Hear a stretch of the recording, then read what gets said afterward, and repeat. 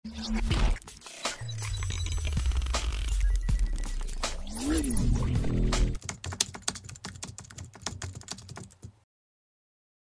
teman-teman, di video ini kami akan membahas tugas mata kuliah Pendidikan Lingkungan Hidup mengenai pencemaran lingkungan.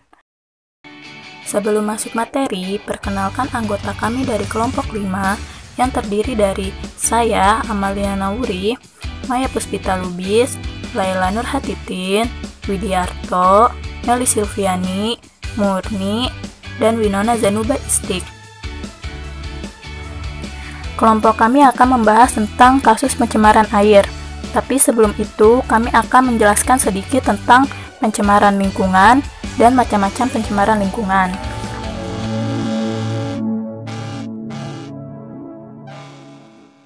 Pencemaran lingkungan adalah masuknya atau dimasukkannya makhluk hidup, zat, energi, dan atau komponen lain ke dalam lingkungan hidup oleh kegiatan manusia atau proses alam, sehingga kualitasnya turun sampai ke tingkat tertentu, yang menyebabkan lingkungan hidup tidak dapat berfungsi sesuai dengan peruntukannya.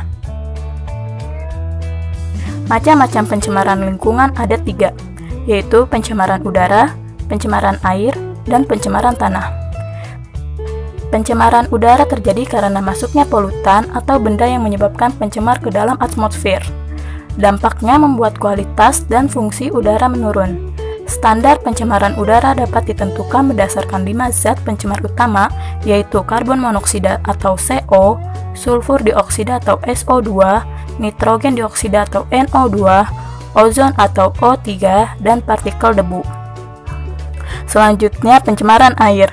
Pencemaran air merupakan peristiwa masuknya zat atau komponen lain ke dalam perairan. Dampaknya membuat air tercemar dan kualitas air menurun. Sumber pencemar air yaitu limbah industri, limbah rumah tangga, dan limbah pertanian.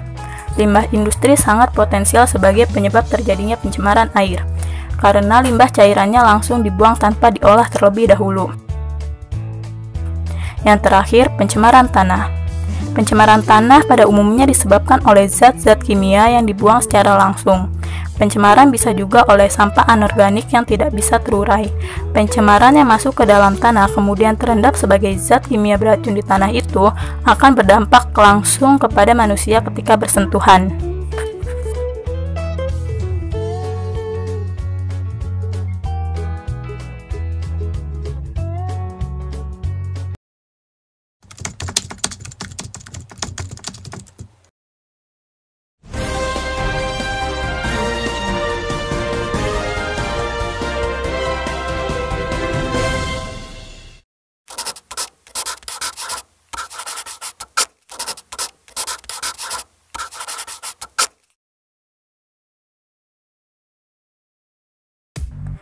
Setelah adanya pelaporan warga ke PDAM tentang perubahan warna pada air di rumah mereka, Perusahaan Daerah Air Minum atau PDAM Solo melaporkan kasus tercemarnya aliran air ke Mapolresta Solo pada Rabu, tanggal 17 bulan 10.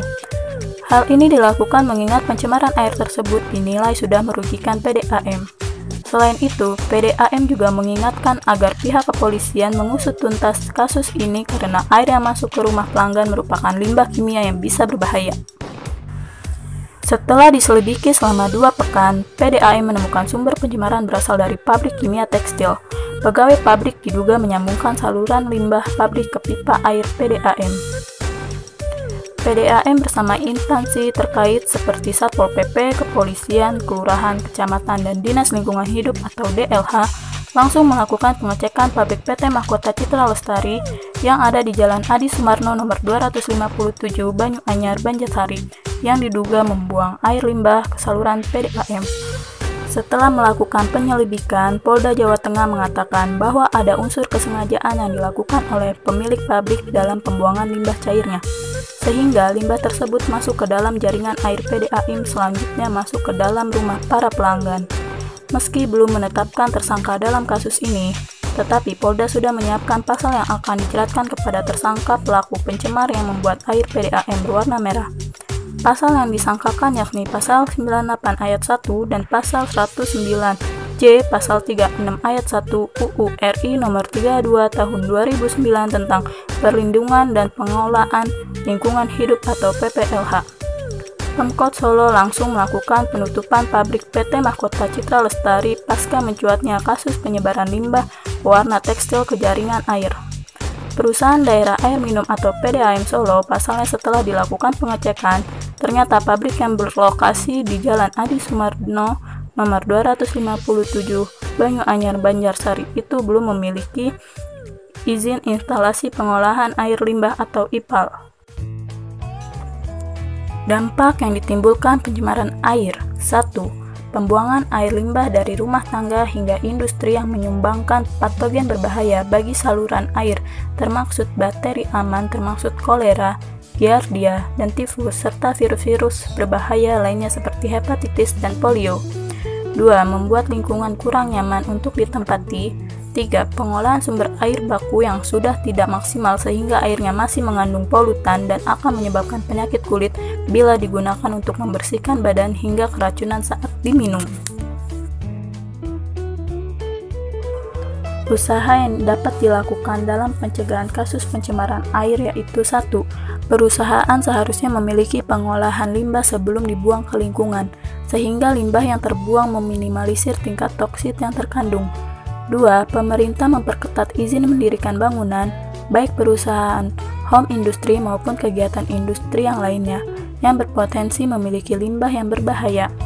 3. Langkah yang bisa dilakukan untuk mencegah pencemaran air yaitu dengan tidak mendirikan kawasan industri yang dekat dengan sumber air. Selain itu bisa juga dengan cara rutin melakukan upaya pembersihan sumber air serta menanam pohon, karena pohon merupakan penghasil oksigen sekaligus sebagai pembersih sungai alami.